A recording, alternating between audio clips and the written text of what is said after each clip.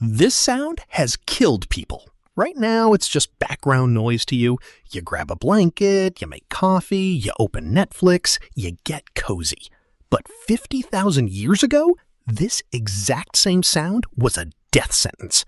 3 different ways to die, before the storm even stopped. You're starving. You haven't eaten in 2 days. But you found the herd. You tracked it for hours. You know exactly where to strike. Then the sky opens.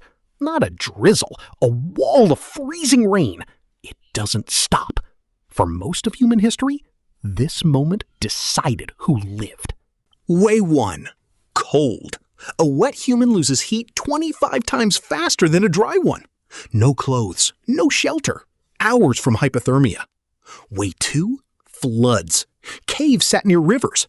Archaeologists found flood layers inside ancient shelters. Some caves were abandoned forever after. Way 3. Predators. Rain drove leopards into the same caves as humans. Skulls have been found with puncture marks matching leopard teeth. Rain didn't make life uncomfortable. It crushed predator, prey, and human into the same small space. So one job mattered more than anything. Keep the fire alive. Before 40,000 years ago, humans could barely make fire from nothing. If it went out, it might stay out. So they carried it, smoldering embers wrapped in leaves, packed into tinder fungus that could hold a spark for hours, a biological lighter. When they found Ötzi the Iceman, frozen for 5,300 years, he was carrying a full fire kit. Even then, losing fire meant losing everything. So when the rain hit, fire came first. Deeper into the cave, shielded with hides, fed constantly. Birch bark for kindling, it burns even when wet.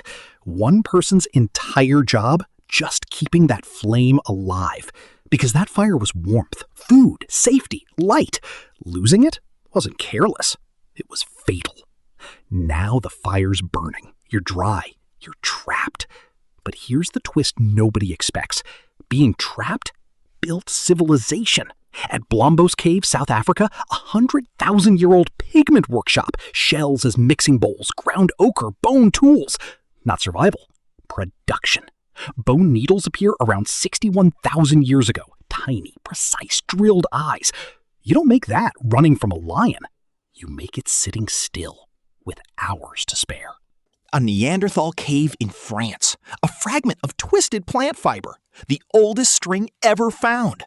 In Germany, a 35,000-year-old ivory tool, built for one purpose, twisting fiber into rope. Rope changed everything. Shelters, snares, tools bound to handles.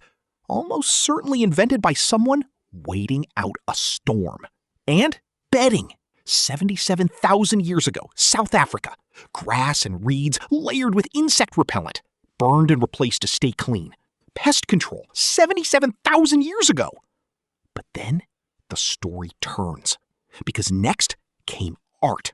Chauvet Cave, France, 36,000-year-old paintings. Lions, horses, muscles mid-stride. Painted by firelight hundreds of meters underground. Nobody crawls into total darkness to paint when the hunting is good. You do it when there's nothing left to do. The most creative explosion in prehistory happened right here, in the exact places people were trapped. Rain didn't just create art, it might have created culture itself. Because trap 20 people together for days and they talk. A 2014 study on Kalahari Bushmen found something wild.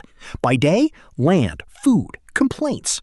By firelight, 80% of talk turned to stories, myths, songs. The campfire was the original social network. And what they shared was survival knowledge. Where water hides in dry season, which plants kill you.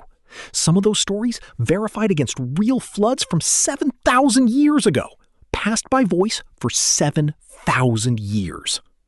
But rain wasn't only danger. After rain, tracks turn perfect. Rock pools fill with clean water. Mushrooms explode from wet soil. Termites swarm, pure protein, no tools required. Rain didn't stop survival, it rewrote it. So what did ancient humans do when it rained for a week? Everything that mattered. They kept the fire alive, They built the tools for the next hunt. They twisted the rope, sewed the clothing, painted animals deep in the dark, told the stories that carried knowledge across generations. And when the rain finally stopped, they walked out onto soft ground, covered in perfect tracks, and got back to work. Rain didn't slow them down, it built them.